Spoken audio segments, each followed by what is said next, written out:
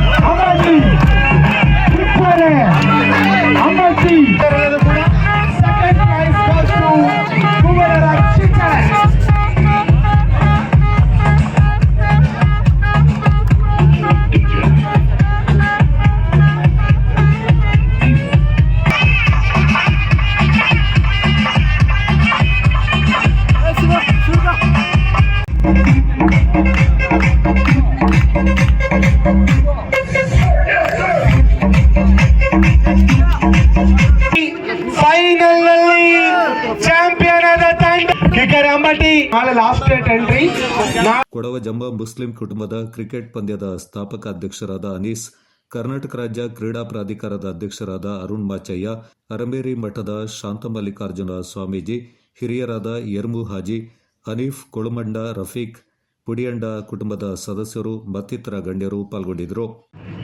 ಈ ವರ್ಷ ಪುಡಿಯಂಡ ಕುಟುಂಬದವರಂತೂ ತುಂಬ ಅದ್ಧೂರಿಯಾಗಿ ಈ ಕಾರ್ಯಕ್ರಮವನ್ನು ನಡೆಸುವುದರ ಜೊತೆಗೆ ಪಾಂಡಂಡ ಕುಟ್ಟಣಿಯವರು ಪ್ರಾರಂಭ ಮಾಡಿ ಇವತ್ತು ಹೇಗೆ ಗಿನ್ನಿಸ್ ದಾಖಲೆಯಲ್ಲಿ ದಾಖಲಾಯಿತು ಅದೇ ಪ್ರಕಾರದಲ್ಲಿ ಕೊಡವ ಜಮ್ಮ ಮುಸ್ಲಿಮ್ಸ್ ಏನಿದ್ದಾರೆ ಅತ್ಯಂತ ಸಣ್ಣ ಅಲ್ಪಸಂಖ್ಯಾತ ಒಂದು ವರ್ಗ ಇದು. ಇವರಲ್ಲಿ ಈ ಪರಿಯಾಗಿರ್ತಕ್ಕಂಥ ಕುಟುಂಬಗಳು ಈ ಸಲ 72 ಕುಟುಂಬಗಳು ಈ ಕಾರ್ಯಕ್ರಮದಲ್ಲಿ ಭಾಗವಹಿಸಿ ಆಟ ಆಡಿದ್ದಾರೆ ಅನ್ನುವಂಥದ್ದು. ಇದು ಸಹ ಎಲ್ಲ ದಾಖಲೆಗಳನ್ನು ಮುರಿಯುವಂಥ ಎಲ್ಲ ಶಕ್ತಿಯನ್ನು ಸಾಮರ್ಥ್ಯವನ್ನು ಇದು ಹೊಂದಿದೆ. ಹಾಗಾಗಿ ಇನ್ನು ಮುಂದೆ ಇದು ಸಹ ಈ ಗಿನೀಸ್ ಪುಸ್ತಕ ಮತ್ತು ವರ್ಲ್ಡ್ ರೆಕಾರ್ಡ್ ಏನೆಲ್ಲ ಲಿಮ್ಕಾ ಬುಕ್ ಆಫ್ ರೆಕಾರ್ಡ್ನಲ್ಲಿ ಇವೆಲ್ಲದರಲ್ಲೂ ಸಹ ದಾಖಲಾಗಿ ನೀವು ಸಹ ಆಯೋಜಕರನ್ನ ಆಹ್ವಾನಿಸಿ ಈ ಕಾರ್ಯಕ್ರಮಕ್ಕೆ ಇನ್ನು ಹೊಸದಾದಂಥ ಒಂದು ಮೆರುಗನ್ನು ಕೊಡಬೇಕು ಅಂತ ಹೇಳ್ಬಿಟ್ಟು ತನ್ನ ಮೂಲಕ ವಿನಂತಿ ಮಾಡೋದ್ರ ಜೊತೆಗೆ ವರ್ಷ ಈ ಕಾರ್ಯಕ್ರಮ ನಿಜವಾಗಿಯೂ ಸಹ ಅತ್ಯಂತ ಯಶಸ್ವಿಯಾಗಿ ನಡೀತಾ ಇರತಕ್ಕಂಥದ್ದು ಬಹಳ ಸಂತೋಷವಂತ ಕೊಟ್ಟಿದೆ. ಕ್ರೀಡಾ ಹಬ್ಬವನ್ನು ಇವತ್ತಿಗೆ ಸಮಾರೋಪಗೊಂಡಿದೆ. ನಿಜಕ್ಕೂ ಈಗ ತಾನೇ ಸ್ವಾಮೀಜಿಯವರೆಲ್ಲ ಹೇಳಿದ ರೀತಿಯಲ್ಲಿ ಕಡಿಮೆ ಅಂದರೆ ಒಂದು 2-3 ತಿಂಗಳಿಂದ ಸತತ ಪ್ರಯತ್ನ, ಅದರ ಜೊತೆಗೆ Kodava Jamma Muslim sports and cultural association ಅಧ್ಯಕ್ಷರು ಸಮಿತಿಯವರು ಒಂದು ಶಿಸ್ತುಬದ್ಧವಾದ ಜಮ್ಮ ಮುಸ್ಲಿಂ ಸಮುದಾಯದಲ್ಲಿ ಒಂದು ಶಿಸ್ತುಬದ್ಧವಾದ ಒಂದು ಕ್ರೀಡೆ ನಡೆಸುವ ನಿಟ್ಟಿನಲ್ಲಿ ಹಲವಾರು ದಿನಗಳ ಪ್ರಯತ್ನ, ಪ್ರತ್ಯೇಕವಾಗಿ ಪುಡಿಯಂಡ ಫ್ಯಾಮಿಲಿಯವರಿಗೂ Kodava Jamma Muslim sports and cultural association ಸಮಿತಿಯವರಿಗೂ ಅಭಿನಂದನೆ ಸಲ್ಲಿಸ್ತಾ ಇದ್ದೇನೆ. ಸುಮಾರು ನನಗೆ ಸಿಕ್ಕಿದ ಮಾಹಿತಿ ಪ್ರಕಾರ 450ಕ್ಕಿಂತ ಹೆಚ್ಚಿನ ಮಕ್ಕಳು ಹಾಕಿ ತರಬೇತಿಯನ್ನು ತಗೊಂಡ್ರೆ 2300 ಮಕ್ಕಳು ಸ್ವಿಮ್ಮಿಂಗಲ್ಲಿ ತರಬೇತಿ ತಗೊಂಡಿದ್ದಾರೆ ಕೊಡಗಲ್ಲಿ. ಅದರಿಂದ ಇದು ಒಂದು ಭಾಳ ಹೆಮ್ಮೆಯ ವಿಷಯ. ಈಗಾಗಲೇ ಕ್ರೀಡೆಗಾಗಿ ಭಾಳಷ್ಟು ಪ್ರೋತ್ಸಾಹ ಸಿಗ್ತಾ ಇದೆ.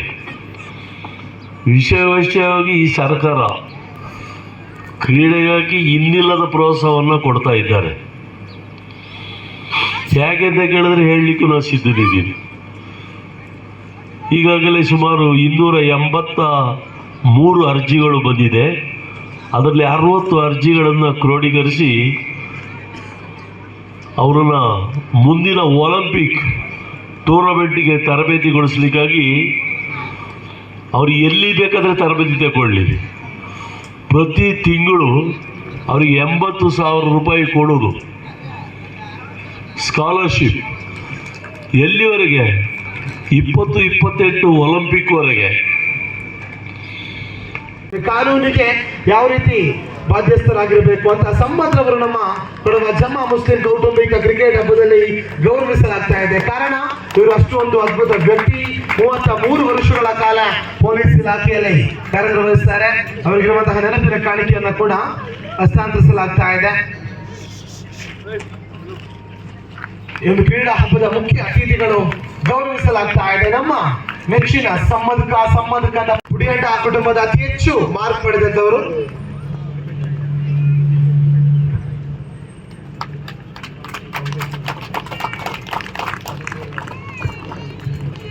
ನೆನಪಿಸ್ತಾ ಇದ್ದೇವೆ. ಕುಮಾರ ರಶೀದ್ ಅವರನ್ನ ಸ್ವಾಗತ.